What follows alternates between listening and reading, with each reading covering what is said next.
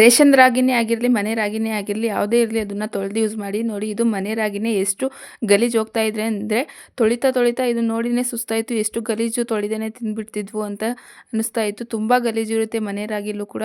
ತೊಳೆದೇ use ಮಾಡಿ. ಹಾಗಾಗಿ ಇವತ್ತು ತೊಳಿತಾ ಇದ್ದೀವಿ. ಪ್ರತಿ ಸಾರಿ ಕೂಡ ನಾವು ತೊಳೆದೇ ಯೂಸ್ ಮಾಡ್ತೀವಿ. ಮನೆ ರಾಗಿ ಆಗಿರ್ಬೋದು, ರೇಷನ್ ರಾಗಿ ಆಗಿರ್ಬೋದು. ನಮಗೆ ಒಂದು ದಿವಸ ಮುದ್ದೆ ಇರಲಿಲ್ಲ ಅಂದರೆ ಏನೋ ಕಳ್ಕೊಂಡಿರೋ ಥರ ಆಗಿಬಿಡುತ್ತೆ. ಹಾಗಾಗಿ ಅವಾಗವಾಗ ರಾಗಿನ ತೊಳೆದು ಈ ಥರ ಕ್ಲೀನ್ ಮಾಡಿ ನಾವೇ ಕ್ಲೀನ್ ಮಾಡ್ಕೊತೀವಿ ಮನೇಲಿ. ಯಾವುದೇ ಮಿಲ್ಗೆ ಏನು ಹಾಕ್ಸ್ಕೊಕ್ಕೆ ಹೋಗಲ್ಲ. ಅಂದರೆ ಮಿಲ್ ಮಾಡ್ಸೋಕ್ಕಷ್ಟೇ ನಾವು ಹಿಟ್ಟನ್ನ ತೊಗೊಂಡು ಹೋಗ್ತೀವಿ. ಇನ್ನು ಕ್ಲೀನ್ ಎಲ್ಲ ಮಾಡಿಕೊಂಡು ಮುಗಿಸ್ಕೊಂಡು ಸ್ವಲ್ಪ ಸಾಂಬಾರು ಪುಡಿಗೆ ಅಂತ ರೆಡಿ ಮಾಡಿ ಇಟ್ಕೊಂಡಿದ್ದೀನಿ.